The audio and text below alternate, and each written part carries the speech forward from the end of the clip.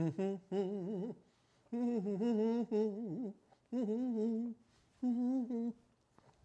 alive. I'm feeling good. Hey, everybody. Somebody tell me you can hear me just fine.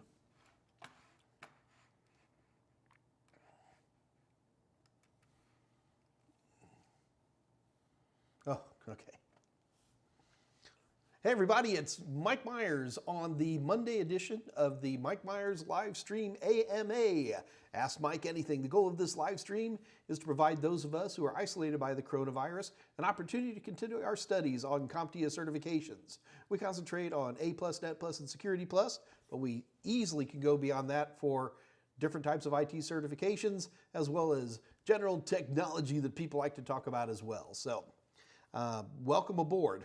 And so the game here is pretty simple. What you do is you ask me questions by typing them into the chat window, and then I answer them for you. It's that easy. So you're welcome to do that. If by any chance you're the shyer type of person, please tell me I got the right one up. Yay! If you're the shy type of person, you want to email me, you are welcome to email me. My email address is michaelm@totalstem.com, and feel free to email me there.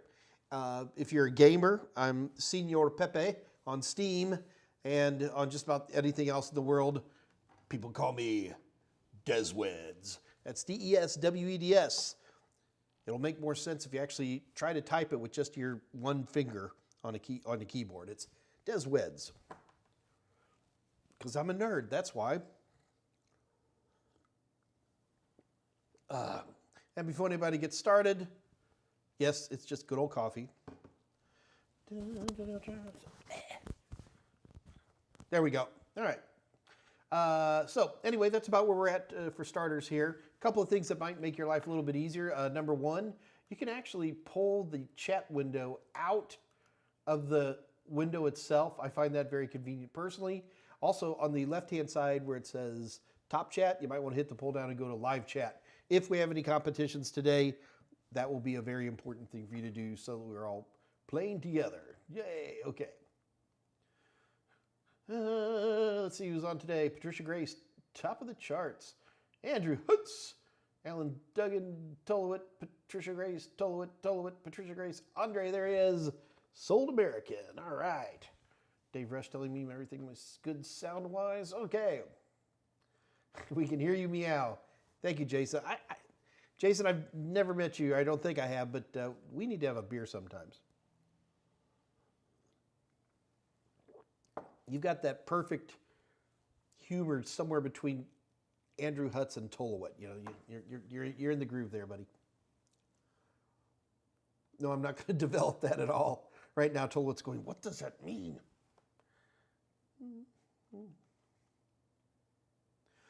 Well, I'm actually talking a little bit quiet here too, so I need to speak up a little bit.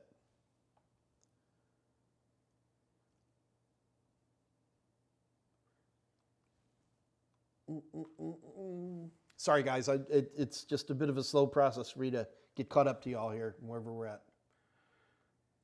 Andrew Hutz, Mike, did you need my address for the deauth watch and use? Yes, that would be helpful. Yes, Andrew Hutz, you had to put it up here. It's all good, man. Yes, Andrew, please send me your email address or send it to Scott Jernigan. We'll make sure it's done for you.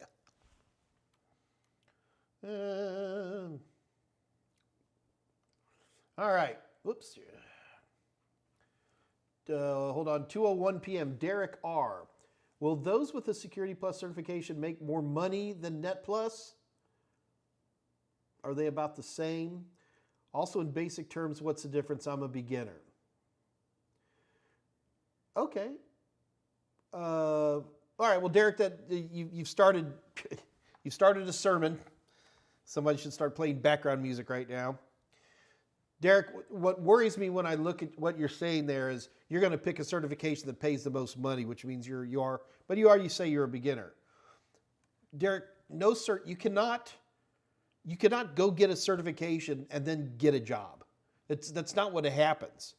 What happens is we live in a world where people are competitive for jobs, and the goal of a certification is to give the person who's interviewing you some idea and understanding of what level of skill set you have. But we would never say things like, does Net Plus pay more than Security Plus?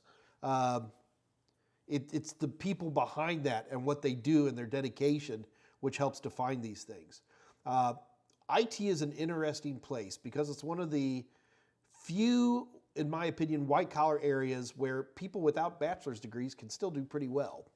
And so one of the things that you have to be careful about when we're talking about certifications is that certifications are never going to replace real experience.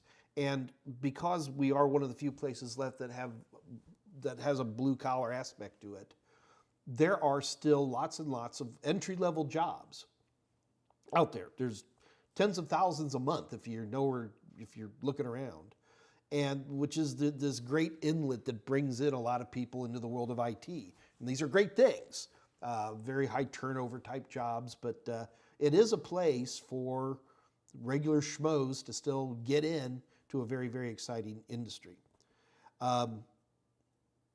That being said, certifications help not only, like I said earlier, where it helps define to employers what they are, it helps you advertise to the world where your interests, goals, and motivations lie. You go for your certification that you're going for is for your next job, not your current job. So maybe something to keep in mind. So what I'm telling you is look for entry-level jobs even right now, even without any certification. If you're having trouble getting in, you start seeing a lot of employers who are asking for A+ certification, then go ahead and get it. But A+ isn't going to pay you more, it's just going to open the door. Big difference. Whew, I'll get off my soapbox here.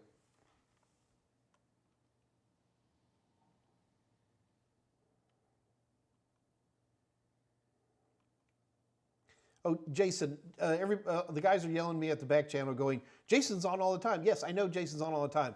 I was saying I've never physically met him. That's all I was saying.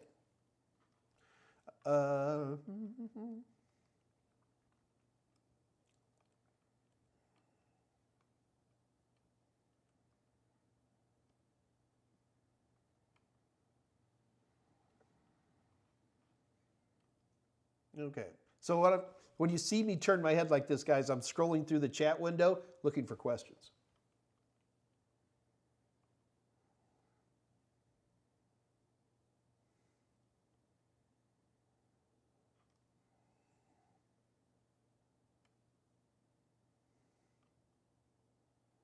Siegfried van der Wee's got a new job. Congratulations to you, sir. Well done. There you go, Jason. That's all I'm saying.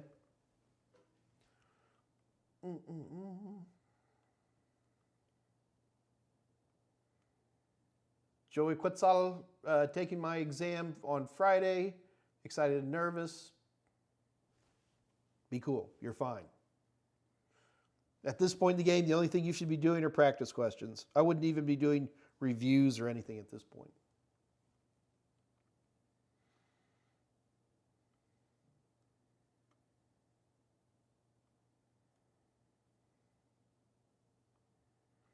Sunny and Mango are here. S&M.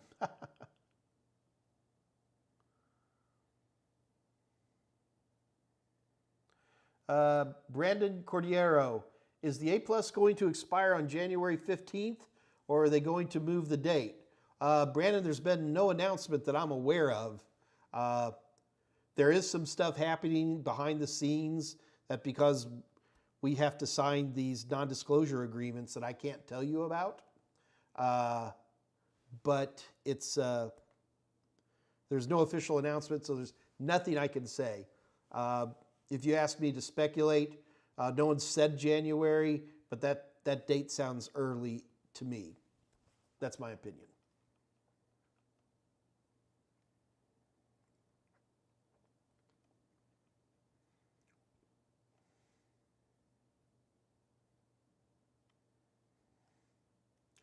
AVI Nut, a BS in information systems would open doors, but it did not. No, I'm sorry to hear that. A lot of places, well, the problem is a BS in information systems, as far as I'm concerned, means you're a programmer. But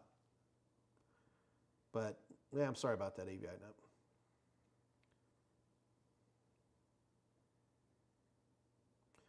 Nut. Daniel Ocampo. Will Windows 11 require a new product key?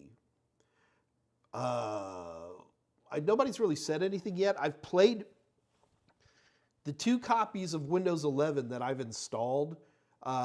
In both cases, when it prompted for a key, I was able to use old Windows 7 startup disks, CD keys, and was able to bring them up. So what I'm pretty sure, let's use Windows 10.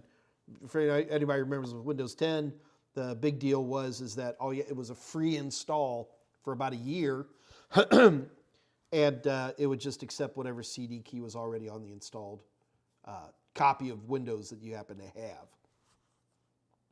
So I will tell you, it probably will not need a new CD key. It'll probably accept the CD. I know I say the word CD key, product key. It'll accept whatever product key that you're doing the free install on.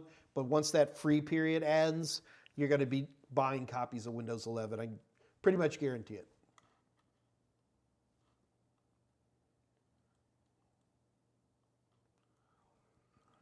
Luis Garcia, Mike, newbie working towards A+ certification. Good for you. I would like to set up a lab to experiment. Would it be better to do under current Windows logon, create a new user, set up a VM, or use a different computer? Woo! Luis, I would say the best thing would be to set up another computer. I mean, if you've got that option, set up another computer. A lot of the networking stuff you can actually do with virtual machines, but it makes a lot more sense when you're doing it with physically separate machines. So that would be your first choice.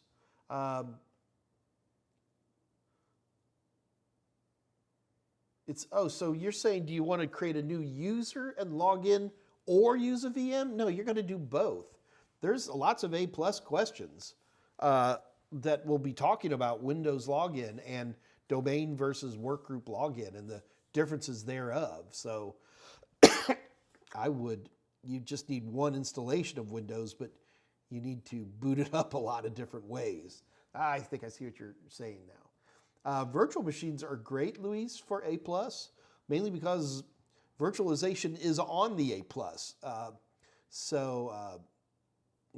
There's a lot of great hypervisors out there, and so we work with VirtualBox here quite a bit, and because it's free and it works great and less filling, whatever. Anyway, so you should certainly be doing virtualization, but as a separate issue completely from working with Windows logon options. Different animals. Joey Quetzal, what's the difference between SSO and OAuth? Oh, God. Joey, like I tell the IRS every year, I forgot. Honestly, guys, I don't remember. And I don't think SSO and OAuth are differences. I mean, they're different animals, right? OAuth is a tool set that allows us to have on different web pages to use other people's logins. Like you've seen these web pages say, sign in with Facebook. That would be an example of OAuth. SSO just means single sign-on. So single sign-on from a conceptual standpoint doesn't mean anything other than the ability to sign on once. One example of the single sign-on would be a Windows domain, would be a great example of that. But there's lots. There is similarity with OAuth in that you can use a single Facebook sign-on to get into, I guess that's what you're talking about there. Yeah. Okay, so sorry, I guess you're more right than not. OAuth is an example of single sign-on, but there's a lot of them out there. OAuth is not the only one. Boy, it took me a while to get there. Sorry about that.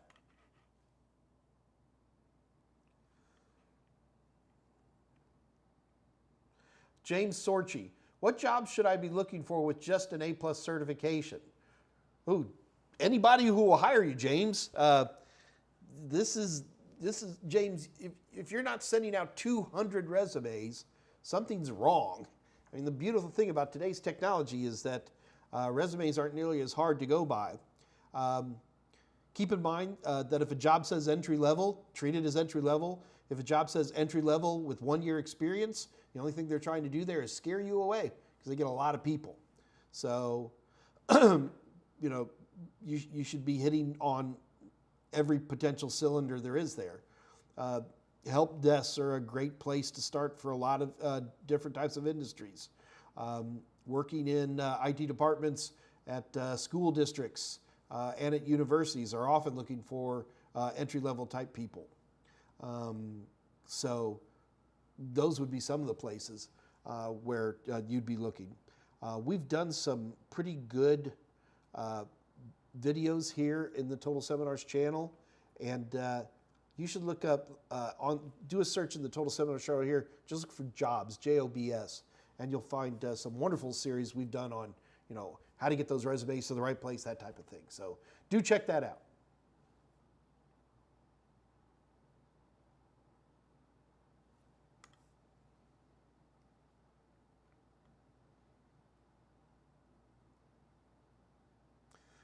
Chuck Japley, can you go over the difference between TCP and UDP?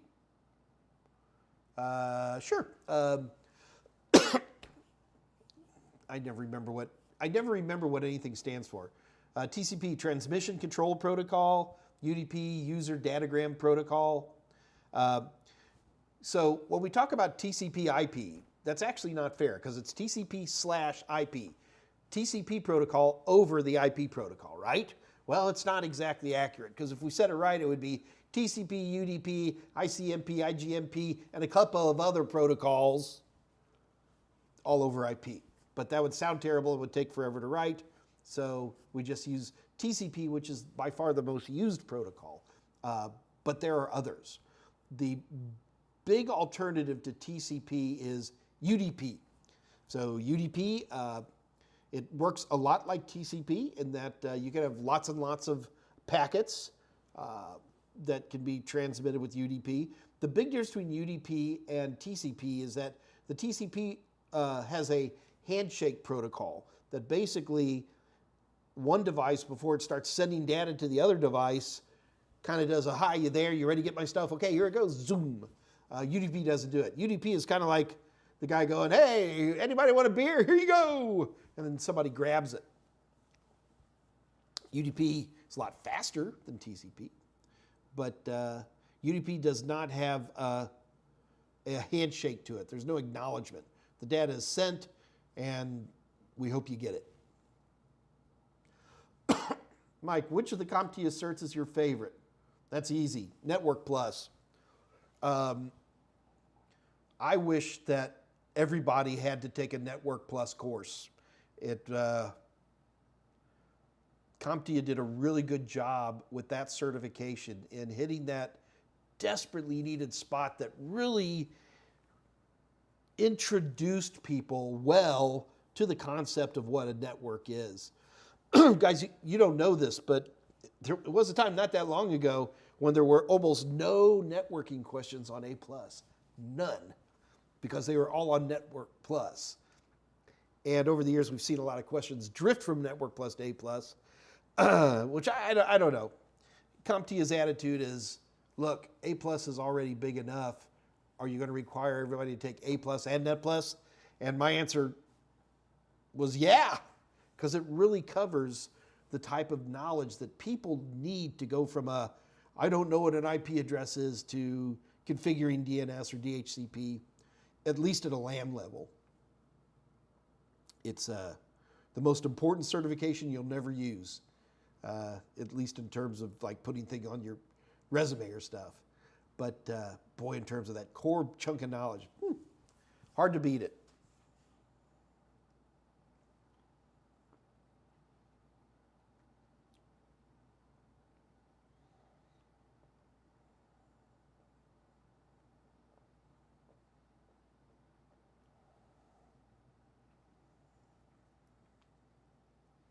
Okay.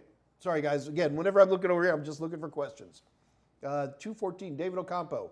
How can I network with professional people? I am generally shy, and it's super hard to talk to people. Man, Daniel, I empathize with that situation. There are, you know what? Daniel, that's such a good question. Scott Jernigan, I don't have any pens on me. Scott Jernigan, help. Why don't we, let's have a talk about this. In fact, Daniel, I'm going to save this for Wednesday. The reason I'm saving this is that I stumbled into some fairly interesting articles not that long ago, less than 2 years ago, that talked about people who are more shy and how do introverted people do well in IT, which does require some amount of networking. And I'm going to pull those up when I have some time, and we can take a look at these together. And so we're going to talk about how do shy/introverted people learn how to network. Good stuff.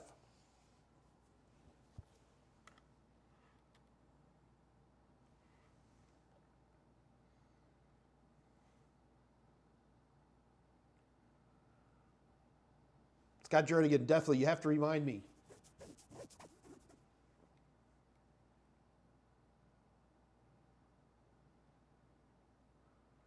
So Catherine's worried that I have a storm at my doorstep. You know, the funny part is, when you're a Southern Texan, you just don't worry about them too much. Like the first floor of my house is made completely from waterproof stuff. Did you know here in Texas, the sheetrock, which most people put up like this, here in Texas we put it sideways because that way it's easier to tear out that first course, and you literally, that's all you have to do, and give it another coat of paint and your house is back, you know, in 99.99% of the cases. So we don't think about it that much. You watch them, I tell you, you do learn to keep an eye on the Weather Channel and all, but it's not a big deal.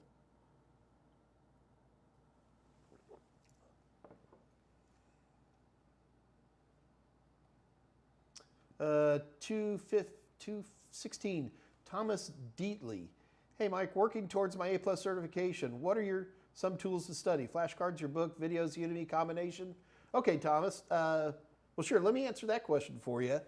To me, in order to pass any IT certification, you need 3 items. You need a book, you need a video, and you need practice questions. Can you do it with less? Probably. But I have found those 3 things work for most people. In all the days of adult learning theory courses I've taken, the one thing that did catch me is that everybody talks about how well I learn better by listening, or I learn better by reading, or I learn better by touching things, is absolutely true, and it's important that you have different ways to study. If you have something visual in front of you, if you're a video type person, if you're a reader, read. But I have found that having those 3 things works for 99.99% of all the folks. So those would be the 3 items. Flashcards and stuff like that, to me, flashcards are something that you make on your own to show how well you know this stuff. But I'm not against flashcards as a learning medium. I just don't think it hits one of the main 3. So that would be the big thing I would say, is those 3 items: book, video, practice questions.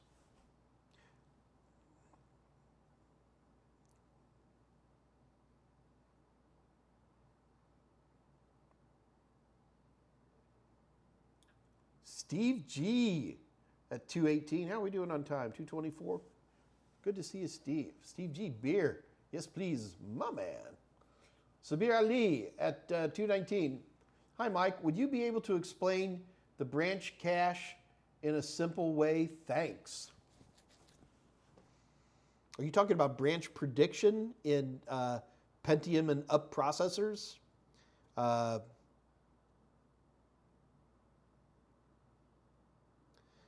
Can I do that in a simple way? Sabir, I don't know. I don't know that I can, because the only way I would know how to describe it is how I do it in my books, which I'm assuming you have a copy, so you're already reading that. Sabir, try asking me another question. Like, tell me where you get bogged down conceptually, and I'd love to talk with you about that. Absolutely.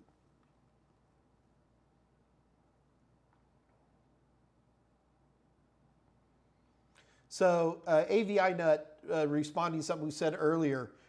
Mike, thanks for the help about the experience. I'm about to start a job hunting. Now I'll apply for the jobs that ask me more experience than I have. Okay, be careful here. Don't lie. You know what I mean? But you can use a lot of things for experience that are, especially for entry-level jobs, that are very much appreciated. Do you help with family and friends? Do you help with any charities or churches or whatever it is that you do for charities? In the world of IT, almost anybody can just hang a shingle and, you know, get a little work here and there.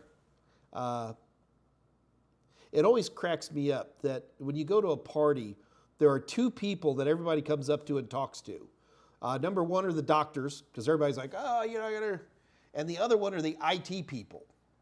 Man, you get to a party, somebody, they know that you're in IT, they'll start talking about, oh, my hard drive or whatever it is. And what kills me about us is that we think for some reason that we should just give away this knowledge. I assure you that that same doctor at the party is not sitting here telling somebody, oh, go to Cedars-Sinai, you know, then, you know, no. They're just like, well, here's my number, call me. That's all they're going to do. And that's because doctors don't work for free. But for some reason, as technicians, a lot of us think that it's okay to work for free. Look, there's going to be certain people in your world that you're going to have to provide free tech support. I understand that, you know, your wife or your husband or your uncle or whatever it might be. But for everybody else, if you're in the world of IT at all, you should have at least business cards printed up, and you know, just get yourself out there. That, you know, I do system support, I anti-malware doctor. You know, you say little stuff like that, and you can be in and working so very easily. But sorry, I went way off the track on that one. I got enough covered. I'm in a very contemplative mood today, guys, if you haven't noticed. I'm deep in concept today. I think I'm thinking about that introverts thing we're going to do on Wednesday. I think you guys will find it pretty inspiring, actually. I found it inspiring.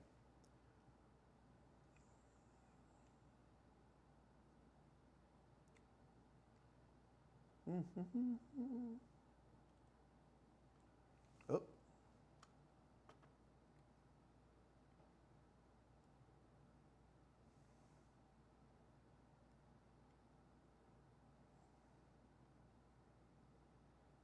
Chuck Japley, what does UC stand for? UC encryption mean UC optical media.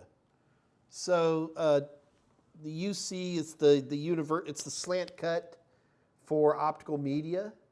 That's what UC stands for. UC encryption. Chuck, I apologize. I can't quickly think of a UC encryption. No one else saw one either, so I think we're okay. So there's different types of finishes for the tips of the fiber, and UC is one of them, OC.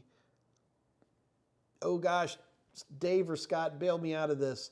We're going to have to look that up for you. It's in the Network Plus book.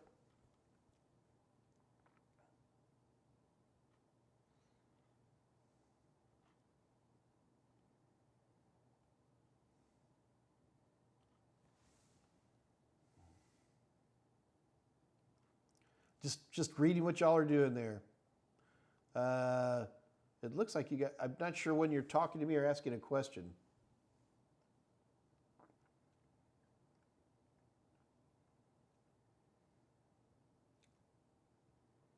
Silvio Ferreira. Okay, here we got one. Oh, I knew if we dug long enough. Okay, sorry guys.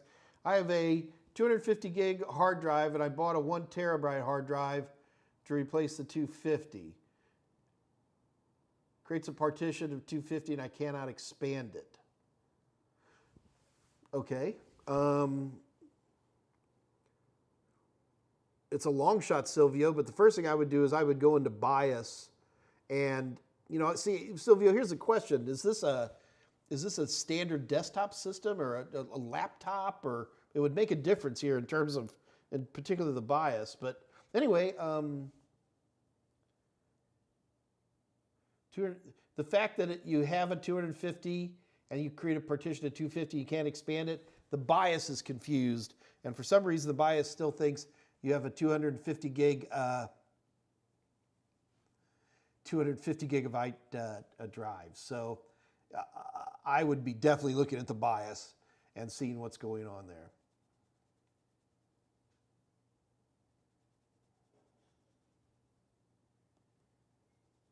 Andrew Hutz. I charge anyone not related to me by blood or marriage. My mother always gets free IT help. Scott Jernigan, nicest mom ever. Strange sounds.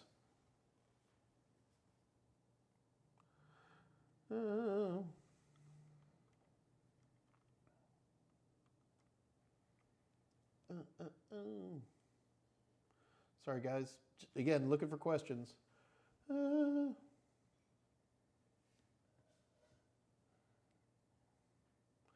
Abukar Alaj, the voucher only works in the USA and Canada. Thus far, yes, that is correct. Siegfried Vandery, what is your opinion when it comes to course completion certificates that require exams to pass to obtain the certificate and a certification exam? I think that the former doesn't hold a candle to a accredited, accepted certification like CompTIA or Microsoft or something like that. A lot of times, this always boils down to the the school versus the certification kind of thing. And so course completion certificates that require exams to pass. No, because those, man, Secret, that's a tough one. Because I was going to say that these certificates are class-based, but they're really not anymore, right? Because the courses themselves are spread out. Siegfried, I'm old-fashioned and I like classic certifications. That's why. That's it. Okay, that's all I got.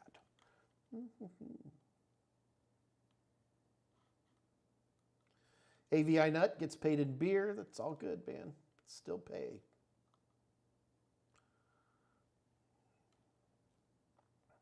Steve G really wants us to get some ice cream.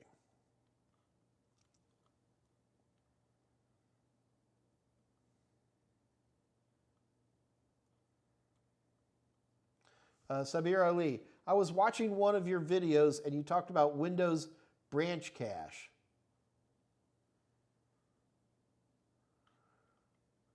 I mentioned it in my A+ videos.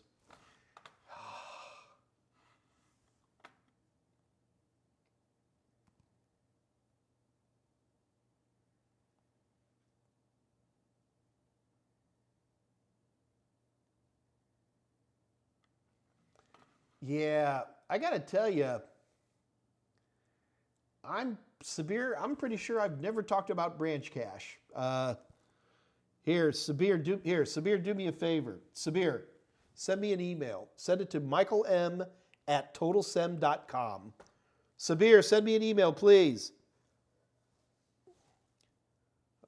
I'm giving him a minute to get that. All right, and Sabir, send me an email and just, if you can tell me which video or even get me close, I'd be glad to see that. Because we're looking up branch cache over here. I wasn't sure. Yeah. Beer is a fair payment. Yes, I concur.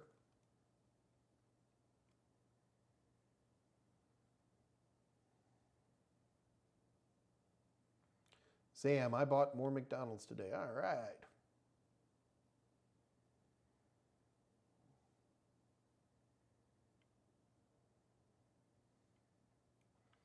Sunny and Mango, can you give a use case example, one you would use NAT over PAT or vice versa? Okay, so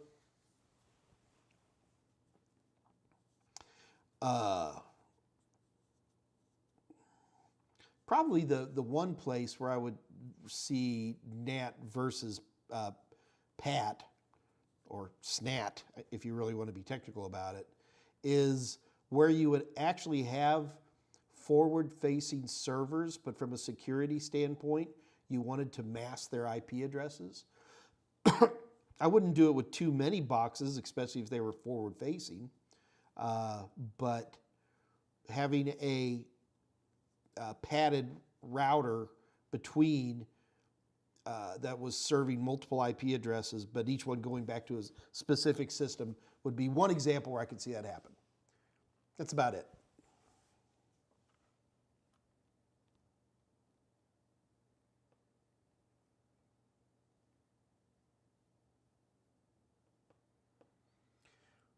Siegfried Vandervee, what would I say to someone who has a couple of course completion certificates? Would you ask them to get a certification? No, I mean, I'd look at them, but in a way, I'd almost feel like I was talking to like a little kid who's showing me that he got a B in history, right?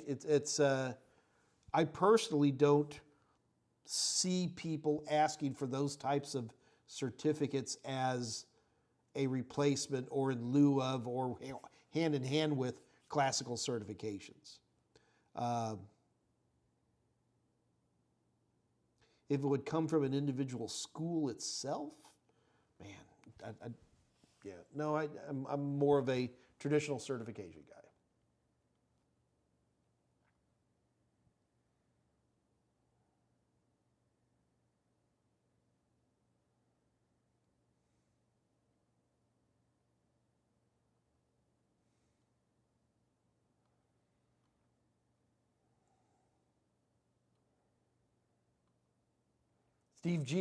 Steve G explaining the NAT versus PAT, which is perfectly fine. Thank you for that, Steve G.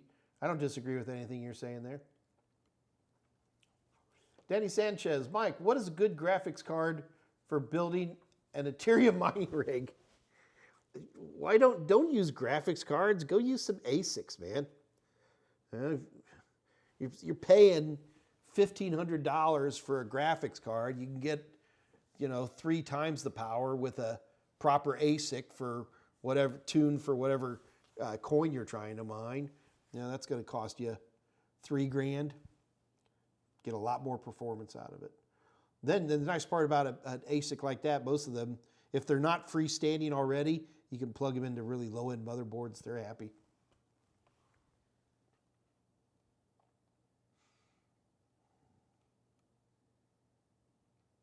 Steve G, what is a good cloud system provider that can give me a fast Mac via a VM?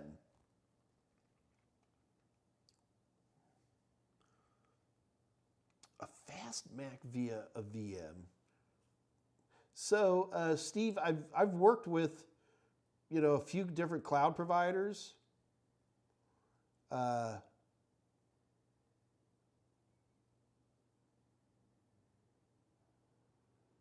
Sorry, this just in. Wait a second. Oh, okay, let me shift gears here. The guys are giving me some ideas.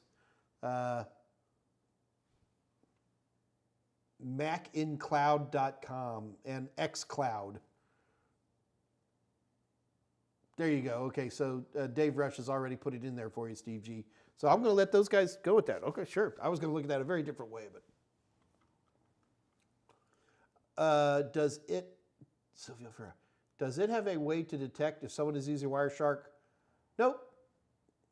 Got to remember, the reason they call it sniffing packets is because your packets go far away from you, and those are where people are picking them up.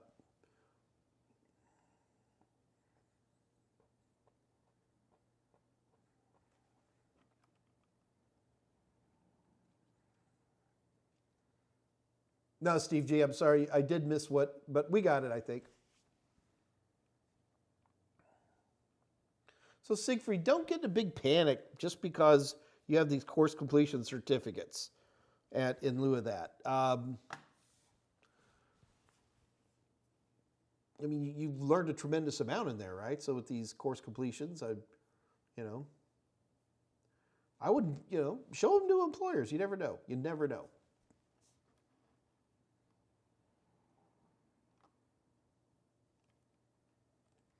All right, guys. All right, so anybody want to do a competition today?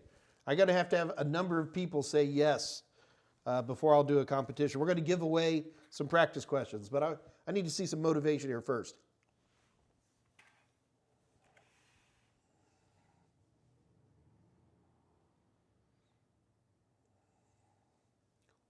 What video games are you playing recently, Mike? I'm not playing anything, really. I'm so boring right now. I am stuck on one of these casual games. I know. I'm almost embarrassed to say it. Putting it away. Yeah, I'm boring right now. It's terribly boring.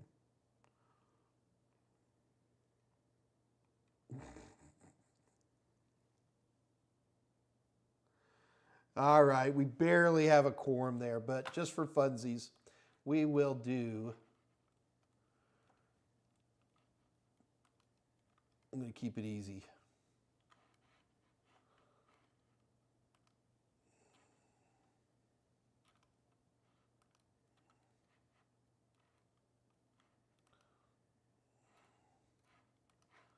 So what I'm doing is I'm pulling up my practice questions.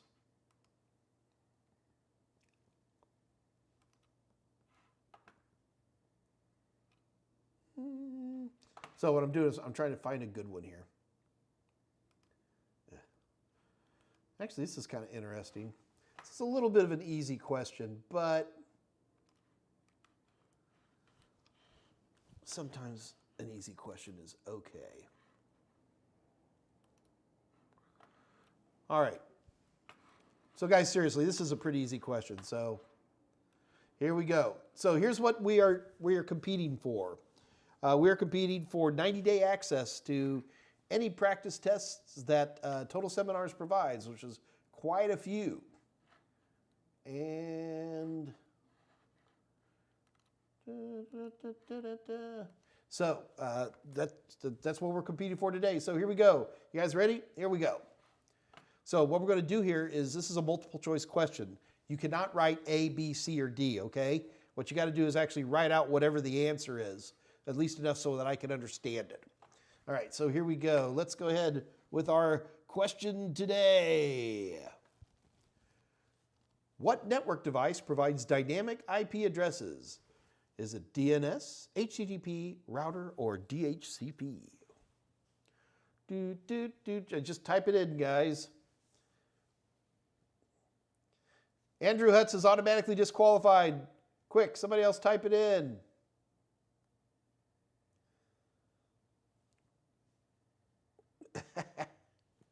All right. Yeah, I don't think there's a whole lot of question here, kids. Pretty sure it's DHCP, eh? Check the assistance window. Correct answer. Excellent. All right. By the way, that is our practice engine. It's actually designed to look and feel like the CompTIA engine itself, so it's a great little tool. And that's what you get when whoever wins the online product. So I got to pick a winner, huh? Where's Scott Jernigan when I need him?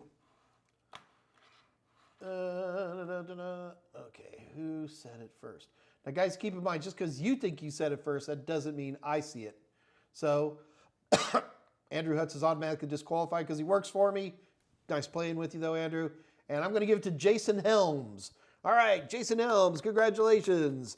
Jason, you are the winner of today's 90-day access to any Total Seminars product you want, online testing product you want. However, now to get your prize, what you've got to do is you've got to send an email to Kathy. That's Kathy with a K, Kathyy at TotalSem.com. And in that email, you have to type in your YouTube name, okay? So whatever your name is up here, Jason Helms, then it has to be in that email someplace. And then just tell Kathy which practice exam you'd like to have. And congratulations to you. Well done, sir. All of a sudden, you guys are cracking me up. Do you want to practice? Whatever. Then all of a sudden, like nobody typed in the right answer. I was like, really?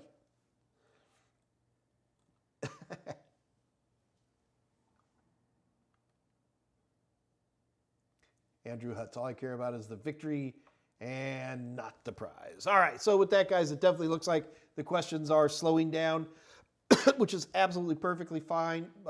Do me a favor, and don't forget that if you ever have questions, never worry about contacting me directly. My email is michaelm@totalsem.com. I'm always glad to answer the questions right there and well, at least as quickly as I can. And I'll usually put them online and just I won't mention your name. So that's the one thing there. Also, do keep in mind that we have a Discord channel. Okay, we don't have a Discord channel. My buddy Jose Braden has a Discord channel. And it's kind of like the unofficial Mike Meyers channel. We've been dropping in there quite a bit. It's a good chance sometimes Dave Rush or sometimes Scott Jernigan, every now and then me even, will show up. But even without that, we got some really crackerjack folks in there. You know, Andrew Hudson, Tolowit, and Andre. And I'm getting in trouble. There's so many good people out there. And I always forget to name all the right names. But I recommend you join the channel. I'm assuming the guys have put it up. Yes, thank you. It's a convenient place, especially if you have questions. And the other nice part is that usually for about an hour or so after every AMA, you get about 5 or 6 people, sometimes a lot more, who log in with their cameras. And it's something like if you want to show something off, or if you have a question where you could like be rebooting the computer or something. Boy, having that camera and the microphone is really, really convenient and really helps with the communication. But even if there isn't anybody on at that particular moment, always dump your question. We got lots of people monitoring, and it's a great place for questions about CompTIA exams. It's a great place for general tech and as well as frivolity as well. So anyway, with all that then, I am going to let you guys go. Folks, have a great one. I'll be back on Wednesday. We're going to be talking about the introverted technician and how we move forward as an introvert. So until then, guys, I'm going to have to say bye-bye. And this is Mike Meyers saying, I'll talk to you all again soon. Bye.